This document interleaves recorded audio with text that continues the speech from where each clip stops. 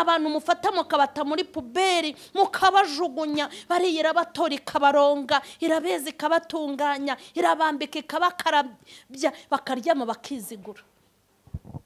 Mu bantu bomowe kandi bakize imvune zo mu mutima, ndi mu ba mbere sindi mu ba kabiri. Cyari kuzajya mundebera mu mateka y'ibindiho. Impamvu mubivuga nuko mwe mutakize, nge narakize, niyo mpamvu mbasha no kuvura abandi. Narivuye pe.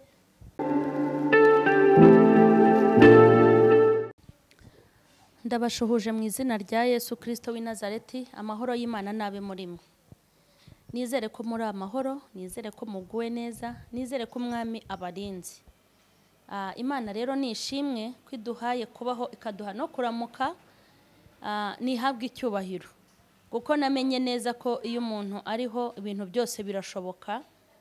Iyo umuntu agihumeka ibyapfuye bishobora kuzuka, iyo umuntu agihumeka ibitari kwemera bishobora kwemera, iyo umuntu agihumeka ashobora guhomba ariko ejo akunguka. Umuntu agihumeka ibintu byose birashoboka. Muri makeya igishoro cya mbere nukuba uhumeka kandi uri muzima. Rero ntukabitesha agaciro kuba uri muzima ni igishoro gikomeye, kandi kuba uri muzima ni ibintu udashobora kugura ahantu. Nta biryo ushobora kurya byakubuza gupfa, nta mavuta wakisiga yakubuza gupfa, nta mashuri wakiga yakubuza kugenda, nta cyubahiro wagira cyakubuza gupfa. Muri make urupfu urabizi ko rurubahuka, umutoya ndetse n'umukuru, ukomeye n'uworoshye, umukire n'umukene, aba mu mujyi n'abo mu cyaro, umuremure n'umugufi, abananutse n'ababyibushye, abarwaye indwara zidakira n'abatajya barwara. Kuba rero umuntu ahumeka ni igishoro gikomeye, kuko kubaho nta muntu ujya ubigura, byose bitangwa n'Imana. Rero wowe wumva uhumeka ushima Imana, ibyo byonyine birahagije kugira ngo ushobore kuba wabona ibyo wabuze. Amahoro y'Imana rero abe muri mwe. Turabashuhuje, natwe turi amahoro, turi bazima, turashimira Imana.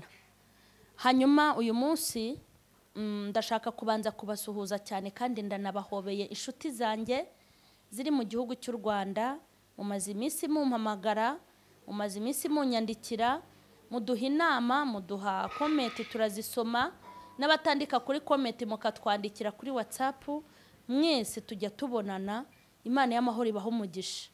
Turabashimira rero mwebwe inshuti zacu ziri mu bihugu by'abaturanyi, ahantu mudukurikiranira henshi hatandukanye, abari mu butumwa bw'amahoro, abacunga umutekano, abarimu n'abaganga, mwese aho mudukurikiranira muri ya masaha ya pause. Ndabizi ko mujya mubikora kuko murabitubwira. Hari n'ahantu mperutse kujya ahantu bita kuri Arete, namwe ndabashuhuje cyane.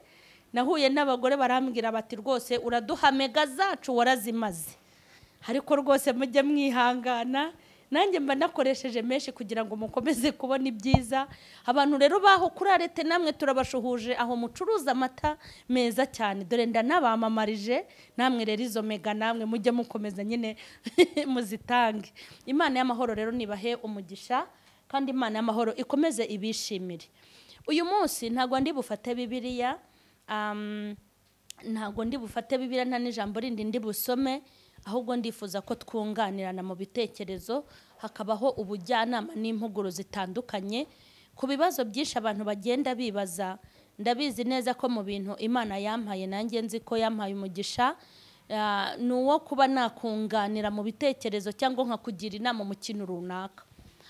Ndashaka mpere ku kintu abantu bakunda kuvuga cyitwa ibikomere. Iyo urebye usanga abantu benshi barakomeretse. Nubwo ibikomere abantu bafite atari bimwe, ariko abantu bagendana ibikomere. Ababi bafite ibikomere, abeza nabo bafite ibikomere. Abakomeretsa abandi bafite ibikomere, n'abakomeretswa nabo bafite ibikomere.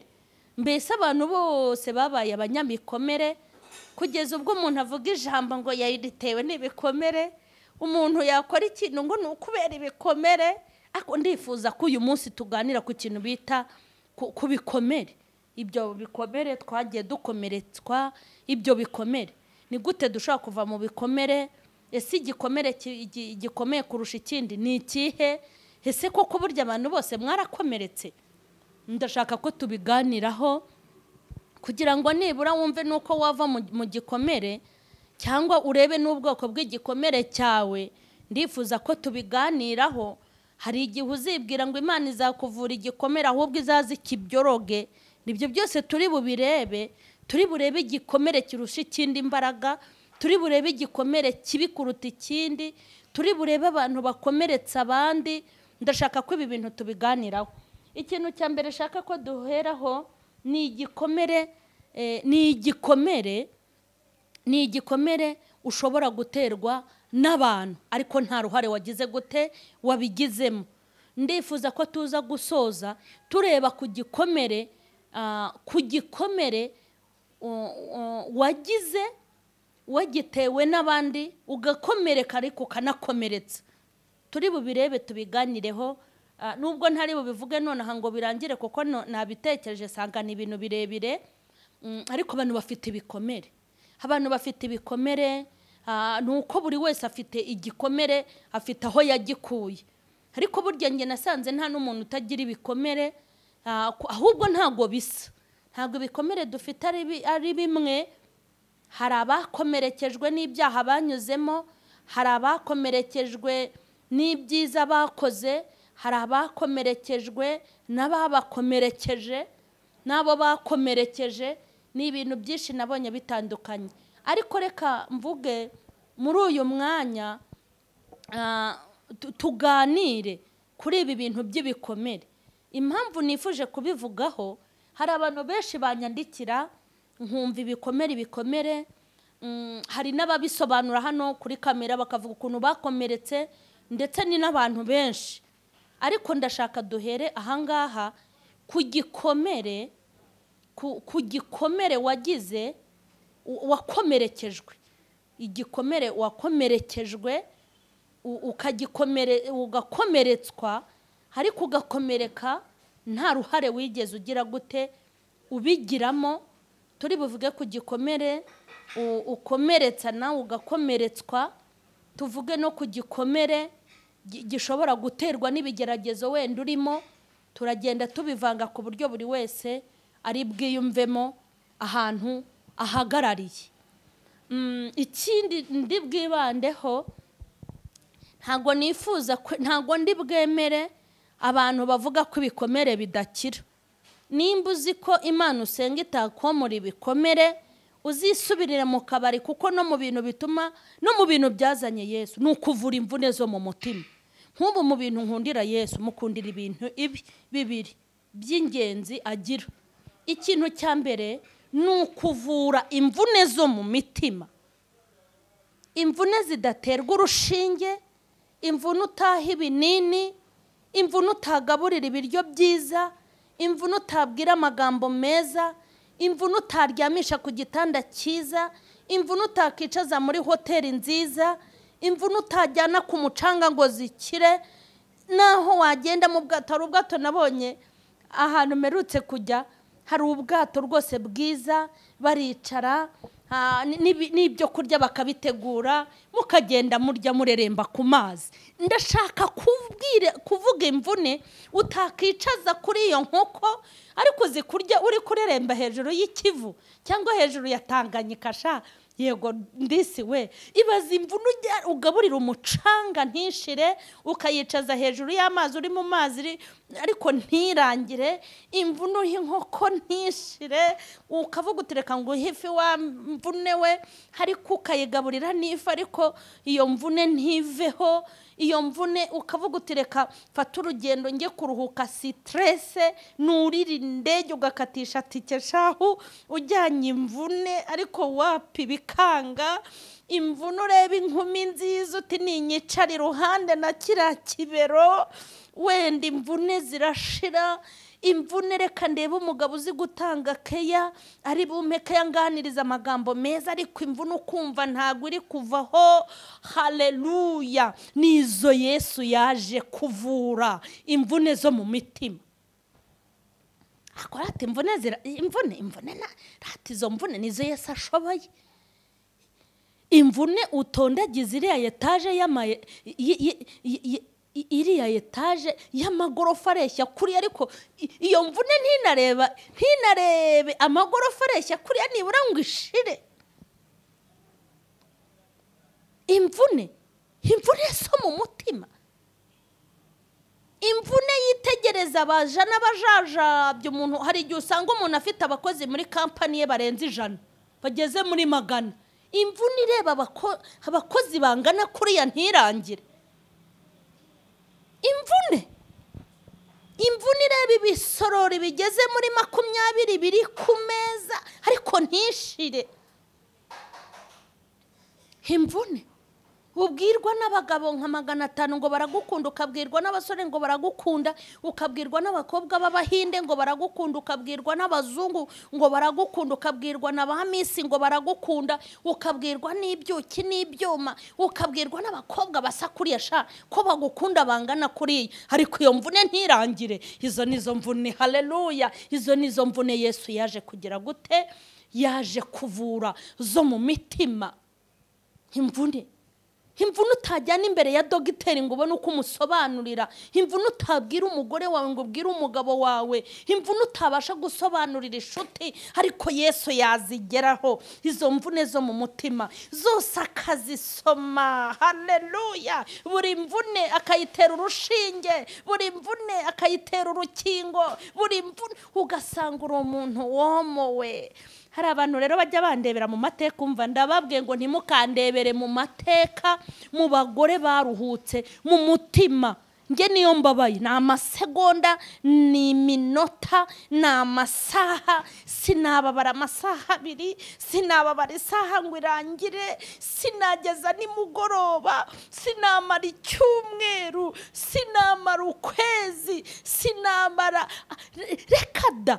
Yesu kuko yamvura imvune zo mu mutima yarazinduhuye. Ntimukandebere mu mateka, kerekuje nimba hari agashinge cyangwa hari hakumviriza umuntu ashyiraho kamwe gapima umuriro, nimba harimo agapima umubabaro, uzaza ukankozeho uzasanga nihariye. Umutima wanjye ubutuje niyo mbabaye, sinshaka kubabara iminota myinshi. Kubera iki? Imana igira, Yesu avura imvune zo mu mutima. Wowe rero uvuga ngo warakomeretse, ukaba uririmba ukomereka, ukaba udiyakona ugikomeretse, ukaba usenga mu butayu ukomeretse, ukajya mu mazi ugikomeretse, ukarangiza uri inkomere. Nukuri hari ahantu utarahurira n'uyu mugabo. Ntukatubeshye, Imana itakuvuye ibikomere, Yesu atabigukijije, nta kindi yaba amaze. Dore ikindi nemereye uyu mwami cya kabiri, nuko atanga ubugingo,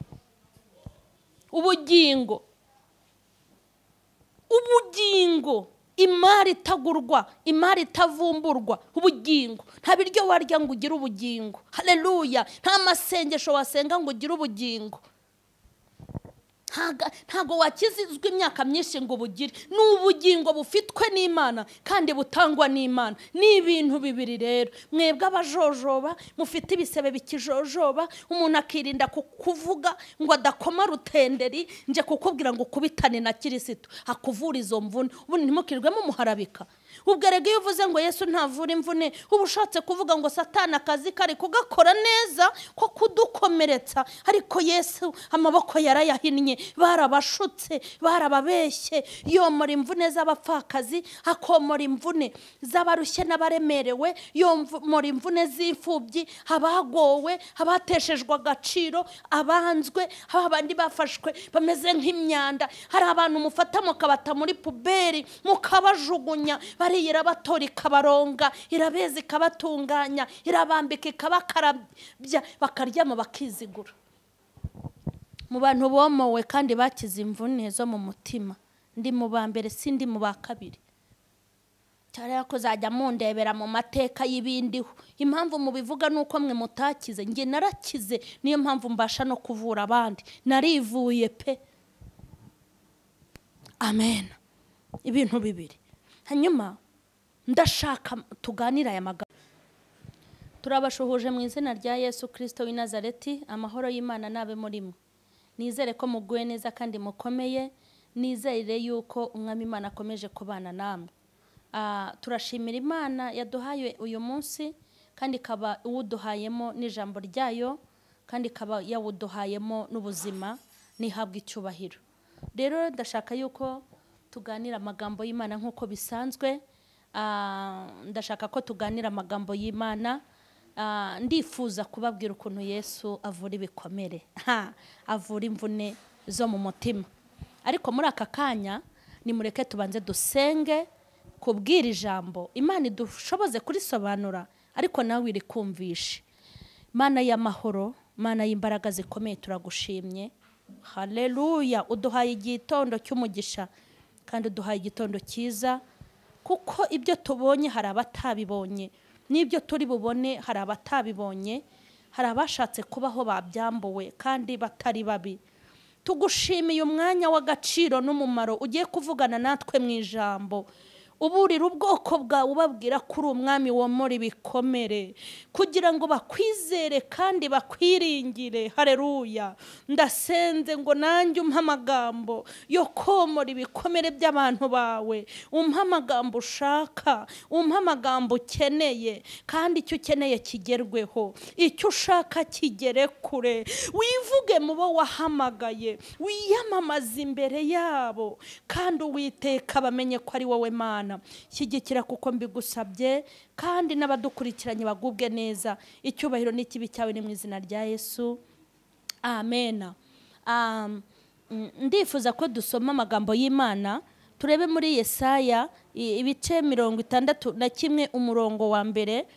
Umwuka w'umwami Imana ari kuri nge, kuko Uwiteka yansize amavuta ngo mbwirize abagwaneza ubutumwa bwiza. Yantumye kuvura abafite imvune zo mu mitima, no kumenyesha imbohe ko zibohowe, no gukingurira abari mu nzu y'imbohe. Amena, amena. Turashimira Kristo, turashimira umwami, kandi turashimira na data wamuduhaye, kuko yaritegereje. Amina. Yaritegereje abona ko tuzakomereka, yaratwitegereje abona n'abazadukomeretsa. Narinje kukubwira ngo arabitegura mu bintu ngo byamuzanye. Turamushimiye. Ntago yazanywe no kuduha ibiryo gusa, kuko azi ko hari n'ababifite batabirya. Ntago yaje kuduha amazu yonyine, kuko azi ko hari abantu bayararamo bakarara barira. Ntago yaje kuduha abahungu n'abakobwa gusa, ntago yaje gutanga abagore n'abagabo byonyine, ntago yaje gutanga diplome ngo atange n'akazi na promotion, ngo atange kurira indege no kujya kwiga mu mahanga gusa, ahubwo yaje no kuvura imvune zo mu mitima, kuko azi neza yuko tuzavunika, kandi tukavunika mu mutima. Hari abantu bavunika ku mubiri, ariko bakavunika no mu mutima. Ndashimira Kristo umenya umutima wavunitse. Turamushimye. Haleluya. Iyo ni misiyo ikomeye. Mureke mbabwire, iyo ni misiyo ikomeye, kuvura imvune. Umutima uravunika. Burya abantu mubona baba bagiye kwiyahura, baba bavunitse mu mutima. Abantu bajya kunywa imiti y'abantu bafite indwara zo mu mutwe, kandi batarabasazi, kubera imvune zo mu mutima. Abantu barwara kujunjama nta wabarozi, ugasanga umuntu yabaye arya, inkonda zigaca, izindi zikanyura hano, amezi arya. Birya bituruka ku mvune zo mu mutima. Hari abantu bagenda bivugisha mu muhanda, umuntu rwose akagenda yivugisha bakinyweraho. Ni imvune zo mu mutima. Imvune yo mu mutima nta muntu wayisobanurira. Niyo ugerageje kuyisobanura babifata uko bitari. Ahubwo ngewe umuhanga ni ukwicecekera ukabibwira uriya mwami, ariko ngo naje kuvura imvune. Haleluya. Yaravuze ngo umwuka w'umwami Imana ari kuri nge, nashyiriweho kubwira imbohe ko zibohowe, no kumenyesha abantu umwaka w'imbabazi, no kubwira imvune, no kuvura imvune zo mu mutima. Mureke mbabwire, dufite abahanga bazi no kohereza ibyuma mu nda bikareba ko inyama zo mu nda zimeze, ariko nta cyuma abantu bashobora kohereza mu mutima ngo bamenye imvune zirimo. n'abavura bavura murumuna wabyo na mubyara wabyo, ariko mukuru w'imvune ni Kirisitu wenyine uzivura. Nabaganirije,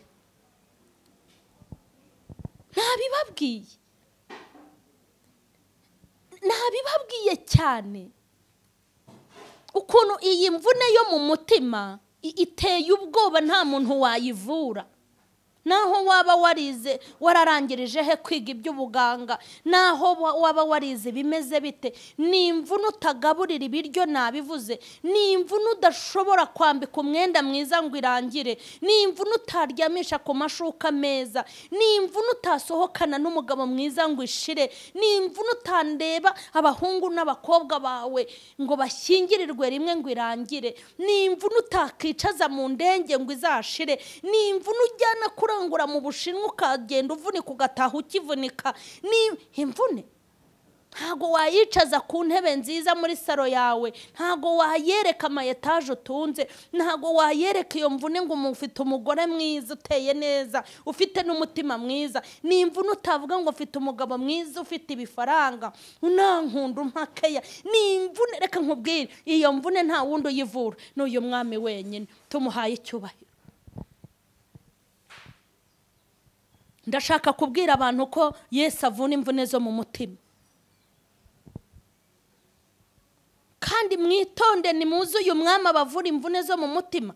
Ubwo hatangiye kuba ngo aho bita ngo irimbi ry'abagabo, ayo mayetaje bagwaho, ubu hazaba n'amarimbi y'abana, habe n'amarimbi y'abagore. Ariko nimuze twegere Yesu dukumire, aduvura imvune zo mu mutima, abana bavure, ababyeyi abavure, abanyamibabaro Yesu abavure. Mureke mbabwire, mu bantu basogongeye ku mubabaro bakawusogongeraho, hari ugusogongera no kugotomera. Ubundi hari abasogongeye ku mubabaro, ariko hari n'abawugotomeyeho. Nge nasogongeye umubabaro ndanawugotomera, kandi na n'iyi saha ndi umuntu uba mu ntambara no mu bitero bikomeye, ariko Yesu avura imvune zo mu mutima. Iyaba Yesu atavuraga imvune zo mu mutima, nagira ngo mbabwire ngo tuba turi abandi bantu. Ntago mba ndi Mama Sharirene, mba ndi umugore uteye ubwoba, mba ndi umurakari wa wundi. Hano umuntu bavugaga, hari umuntu wigeze aduha ubuhamya tubwira ukuntu yahoraga muri gereza, yakoze amafuti neje akongera agasubira. Reka mbabwire, iyaba Imana itavuraga imvune zo mu mutima, ye baba we, hashya. Abisi bajya bavuga ngo hashya ndakurahiye. Bazajya badukomeretsa tukabishyura, baturwanya tukabishyura, batugira Tanzania tukabagira Nigeria, yewe we.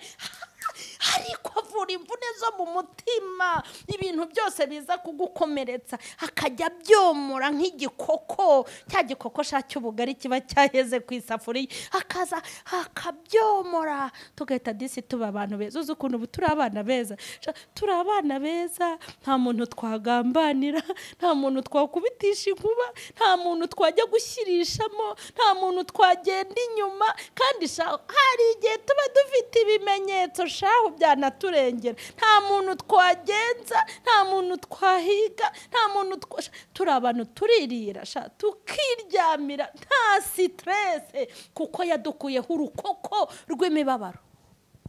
Ariko yaza kutavura imvune, umva ko gereza zibaho.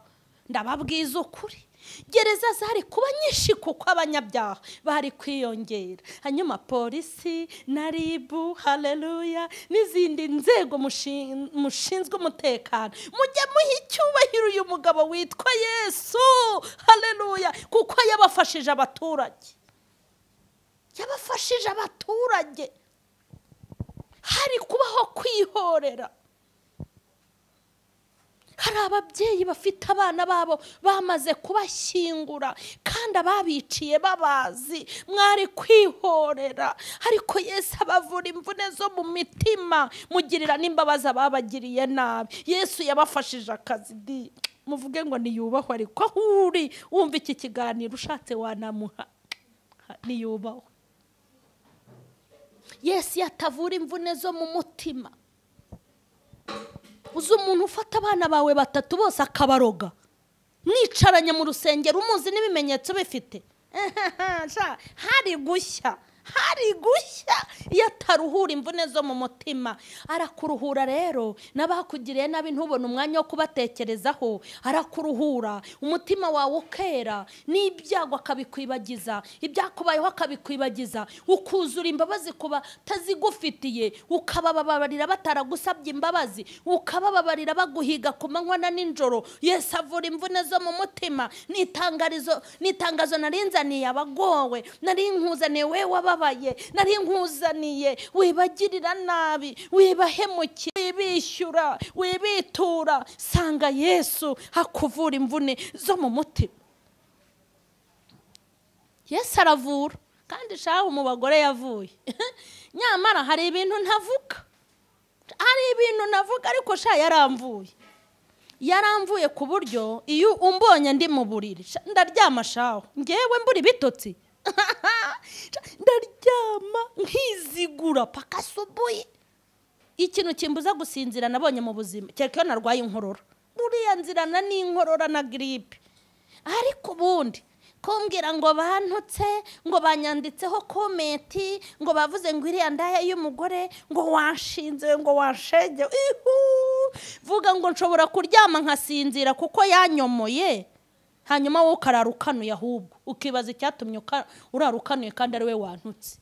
Yaduha yomora imvune zo mu mutima. Birababaje rero, ndimo ndasoza.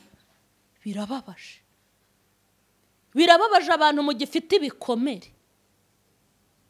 Ibyo bintu birababaje.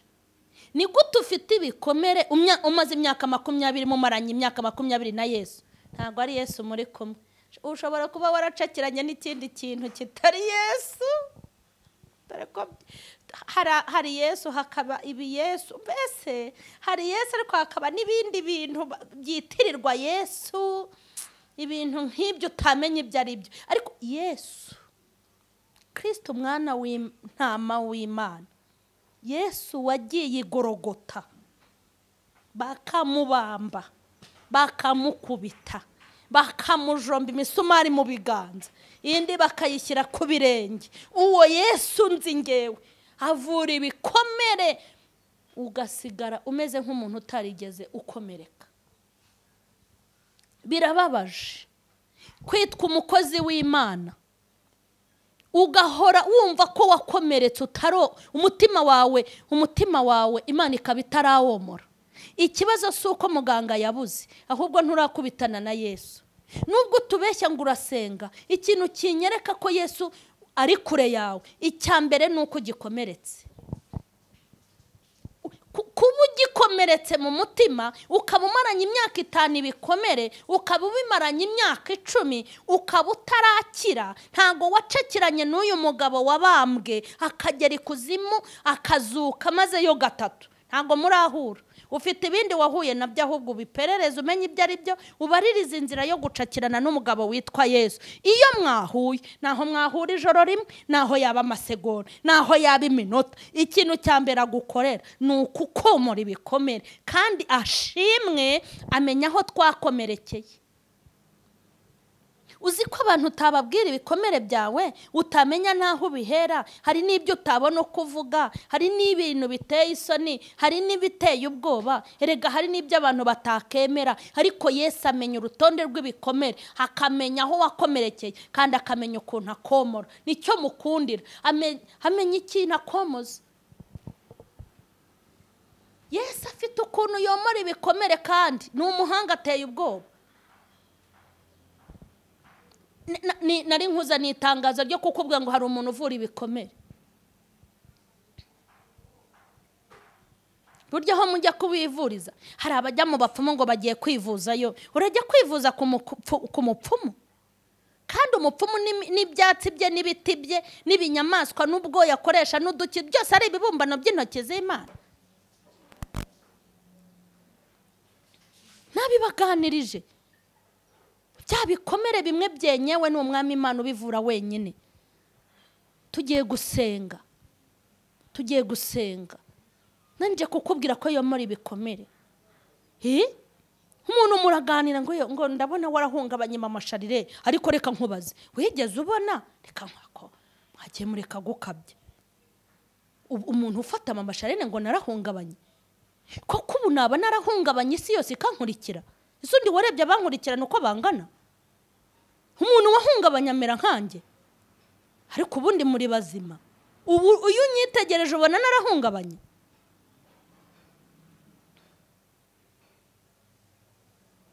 ntago umuntu wahungabanya amera nkanjye ni gute se ubona narahungabanye kandi ngiye ntahungabanye yo yarahungabanye disi ako disi mugira impuhwe si mitwe yo nihungabana n'inyigisho ze nibikomere cyakora mukorera satani mutabizi ubu mugira ngo abantu badakurikirana ijambo ry'Imana ngo nibikomere undi mwebwe ubundi mwumva mutanyurwamo n'abadayimoni hagira inyigisho z'ibikomere hagira ijambo ry'ibikomere kandi kimbabazama ababivuga bakomeretse kundusha ubwo rero wowe umeze uti Yesu yaranyomoye nawe yakomora yaguha amahoro waryama ugasinzira imitumwa kugira ngo usinzire Yesu burya yabigukuriraho ikosa mukora ni rimwe nuko utiringira umwami mukiringira ibyo yaremye nukwiringira abo yaremye mukareka kwiringira umuremyi niryo kosa mwakoze wakoze ikosa ry'ibintu bibiri iyo uza kumenya inzira ikujyana ku muremyi ariko ntukatira aho yaremye abo yaremye n'ibyo yaremye nibyo wiringiye niyo mpamvu udakira ariko iyo wiringira umuremyi erega umutima wawe yanawukuramo akawujugunya karemundi yawukuramo rwose akawujugunya akagushakira undi mushyashya inyama zawe zakomeretse yazomoraho akazana izindi shyashya wakoze ikosa ryo kutiringira umuremyi wiringira ibyo yaremye niyo mpamvu ibikomere byawe bitashize niyo mpamvu kijojoba niyo mpamvu gifite ibintu by'ibisebe niyo mpamvu gitonekara urabona abantu bihagarariye bari kuganira uti ni ngewe bavuze reka da niryo kosa wakoze tugiye gusenga wikiringira ibiremwa ahubwo iringira umuremyi uhereye nona mwiringire umunsi umwe wonyine wo kumwiringira ahita gukuraho ibikomere tugiye gusenga Imana humura Mana nziza Mana nzima urakomeye kuko twakubonye ugira neza kuko turabizi ineza yawe si ya none ahubwo irasanzwe uri Imana y'imisi n'ibihe uri Imana iteye ubwo buri gitinyiro cy'abagenzi uri inkoramutima y'ubuzima bwacu uri ntihemuka wacu mwiza haleluya uri Imana ikomeretse ikanomora uri Imana imenya ibiri mu ndiba z'imitima umenya abakomeretse naho bakomerekeje naho bakomerekeye uri Imana ivura imvune zo mu mitima nsengeye abakurikiranye iki kiganiro n'ubu butumwa ndabasengeye mu izina rya Yesu imitima yabo genda uyiyegereze genda ubagirire neza babone gukomera kwawe ndabasengeye uhereye nonaha nibaruhuke mu mutima ndabasengeye uhereye nonaha nibabone ituze rituruka ku mwami ndabasengeye uhereye nonaha ntihakagire wongera kwiringira ibiremwa ahubwo biringira umuremyi nguhaye icyubahiro kuko uri umwami ngushyize hejuru cyane kuko iri sengesho ryumvise ukaba ugiye kuruhura abarushye ugiye gutabara abari mu kaga ugiye kurengera abari mu ntambara ugiye kugira neza abantu bawe ndabasengeye ngo bose bakuyoboke cyubahiro n'ikibi cyawe ni mu izina rya Yesu amen Imana ibahe umugisha kandi amahoro y'Imana akomeze aganze muri mwe mu izina rya Yesu.